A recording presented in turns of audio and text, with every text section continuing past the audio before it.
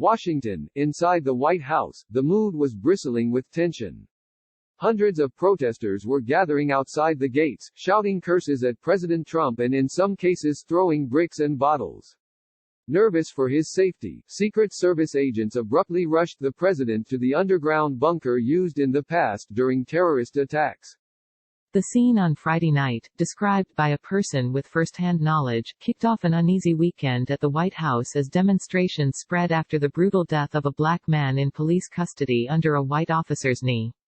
While in the end officials said they were never really in danger, Mr. Trump and his family have been rattled by protests near the executive mansion that turned violent for a third night on Sunday.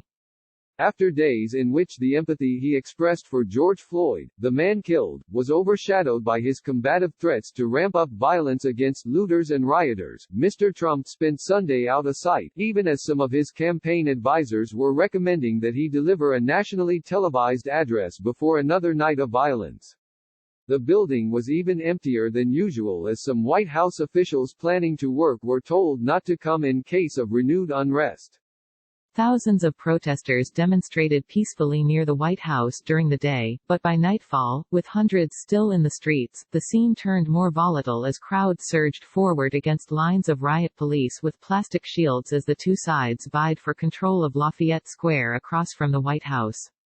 Protesters threw water bottles, set off fireworks and burned a pile of wood and at least one car. One of the fires on H Street NW, a block from the White House, may have spread because soon afterward flames erupted in the basement of St. John's Episcopal Church, the iconic Church of Presidents, attended at least once by every chief executive going back to James Madison, but were soon doused by firefighters. Businesses far away from the White House boarded up to guard against vandalism, and Mayor Muriel E. Bowser ordered an 11 p.m. curfew. The White House turned off at least some of its exterior lights. Mr. Trump remained cloistered inside, periodically sending out Twitter messages like "law and order," until the evening, when he went quiet. While some aides urged him to keep off Twitter, Mr. Trump could not resist blasting out a string of messages earlier in the day berating Democrats for not being tough enough and attributing the turmoil to radical leftists. "Get tough, Democrat mayors and governors," he wrote. Referring to his presumptive Democratic presidential opponent, former Vice President Joseph R. Biden Jr., he added, "These people are anarchists. Call in our National Guard now. The world is watching and laughing at you and Sleepy Joe. Is this what America wants? No." The president said his administration will be designating Antifa as a terrorist organization, referring to the shorthand for anti-fascist, and scheduled a meeting with Attorney General William P. Barr for Monday morning. But Antifa is a movement of activists who dress in black and have used tactics similar to those of anarchists, not an organization with a clear structure that can be penalized under law. Moreover, American law applies terrorist designations to foreign entities, not domestic groups. By targeting Antifa, however, Mr. Trump effectively paints all the protests with the brush of violent radicalism without addressing the underlying conditions that have driven many people to the streets. Demonstrations have broken out in at least 75 cities in recent days, with governors and mayors deploying the National Guard or imposing curfews on a scale not seen since the aftermath of the assassination of the Reverend Dr. Martin Luther King Jr. in 1968. While Mr. Trump has been a focus of anger, particularly among the crowds in Washington, aides repeatedly have tried to explain to him that the protests were not only about him, but about broader, systemic issues related to race, according to several people familiar with the discussions. Privately, advisors complained about his tweets, acknowledging that they were pouring fuel on an already incendiary situation. "Those are not constructive tweets, without any question," Senator Tim Scott of South Carolina, the only black Republican in the Senate, said in an interview on Fox News Sunday. "I'm thankful that we can have the conversation. We don't always agree on any of his tweets beforehand, but we have the ability to sit down and dialogue on how we move this nation forward." Dan Eberhart, a Republican donor and supporter of Mr. Trump, said the president, with election looming in 5 months, is focused on catering to his core supporters rather than the nation at large. "Trump is far more divisive than past presidents," Mr. Eberhart said. "His strength is stirring up his base, not calming the waters." Robert C. O'Brien, the president's national security advisor, said the president would continue to take a strong stand for law and order, even as he understood the anger over Mr. Floyd's death.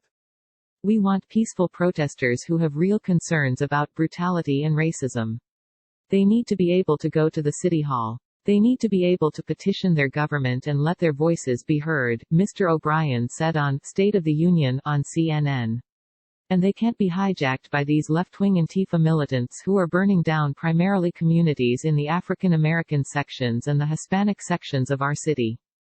But Mr. Trump's absence rankled the Democrats he was criticizing. What I'd like to hear from the president is leadership, Mayor Keisha Lance Bottoms of Atlanta said on Meet the Press on NBC. And I would like to hear a genuine care and concern for our communities and where we are with race relations in America. Some officials were urging that Mr. Trump hold events to show black voters enraged over the latest videotaped act of brutality that he heard their views. A group of advisors discussed plans for a series of listening events. But others have counseled that the president should take a hard line, not quite as aggressive as his tweets but a message of solidarity to business owners whose property has been destroyed.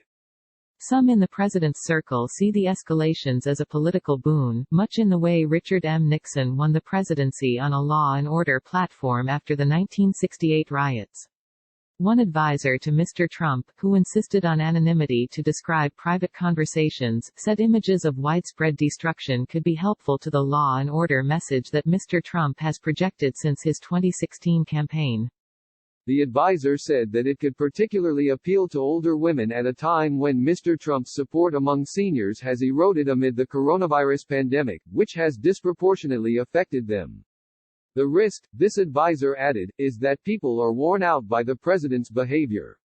The difference is that, unlike Mr. Nixon, Mr. Trump is the incumbent. And other advisors said most top aides were unhappy with Mr. Trump's 1 a.m. tweet on Friday invoking a 1967 quote from a Miami police chief about shooting black people during civil unrest.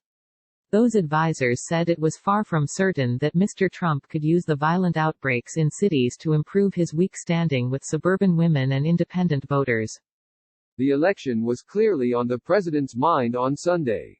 In response to questions about what he was doing to address the tumult, Mr. Trump forwarded a reply through an aide that focused on the upcoming campaign. I'm going to win the election easily, the president said. The economy is going to start to get good and then great, better than ever before. I'm getting more judges appointed by the week, including 2 Supreme Court justices, and I'll have close to 300 judges by the end of the year. So far he has confirmed about 200. An administration official said Mr. Trump met on Sunday with generals to discuss a variety of matters and talked with world leaders as he considered how to restructure the annual Group of 7 international summit that he decided to postpone. Mr. Trump will join Vice President Mike Pence on a previously scheduled conference call with governors on Monday as part of the coronavirus response, and the unrest is expected to be discussed. Some campaign advisors were pressing for a formal address to the nation as early as Sunday. But White House officials, recalling Mr. Trump's error-filled Oval Office address in March about the spread of the coronavirus, cautioned that it was not necessary. Mr. Trump quizzed advisors throughout the day about whether he should give an Oval Office address. Mr. Trump already tried to recalibrate by ripping up his speech at the Kennedy Space Center on Saturday after the launch of the new crewed SpaceX rocket and adding a long passage about Mr. Floyd. In the speech, Mr. Trump repeated his calls for law and order, but in more measured terms and leavened by expressions of sympathy for Mr. Floyd's family, whom he had called to offer condolences. Aides were disappointed that the remarks, delivered late Saturday afternoon as part of a speech otherwise celebrating the triumph of the space program, did not get wider attention, but they said they hoped they would break through.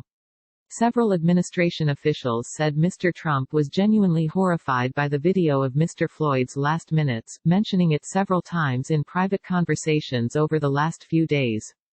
Mr. Trump and his team seemed taken off guard by the protests that materialized outside the White House on Friday night. Hundreds of people surged toward the White House as Secret Service and United States Park Police officers sought to block them. Bricks and bottles were thrown, and the police responded with pepper spray. At one point, an official said, a barricade near the Treasury Department next door to the White House was penetrated. It was not clear what specifically prompted the Secret Service to whisk Mr. Trump to the Presidential Emergency Operations Center, as the underground bunker is known, but the agency has protocols for protecting the president when the building is threatened. Judd Deere, a White House spokesman, said officials would not comment on whether Mr. Trump was taken to the underground bunker. The White House does not comment on security protocols and decisions, Mr. Deere said. Vice President Dick Cheney was brought to the bunker on September 11, 2001, when the authorities feared one of the planes hijacked by al-Qaeda was heading toward the White House. President George W. Bush, who was out of town until that evening, was rushed there later that night after a false alarm of another plane threat. The bunker has not been used much, if at all, since those early days of the war on terrorism, but it has been hardened to withstand the force of a passenger jet crashing into the mansion above. The president and his family were rattled by their experience on Friday night, according to several advisors.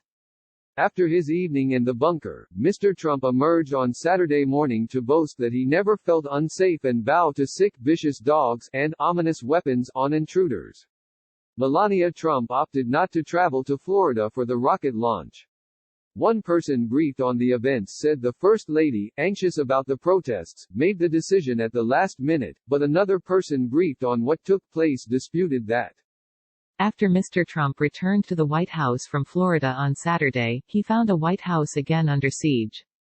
This time, security was ready. Washington police blocked off roads for blocks around the building, while hundreds of police officers and National Guard troops ringed the exterior perimeter wearing helmets and riot gear and holding up plastic shields. The scene was similar Sunday night as well. Protesters shouted, "No justice, no peace," and "Black Lives Matter," as well as chanting expletives at Mr. Trump. Washington icons like the Hay Adams Hotel and the Oval Room restaurant, damaged from the night before, were boarded up. Graffiti was spray-painted for blocks, including on the historic Decatur House a block from the White House. Why do we have to keep telling you Black Lives Matter? Peter Baker reported from Washington, and Maggie Haberman from New York.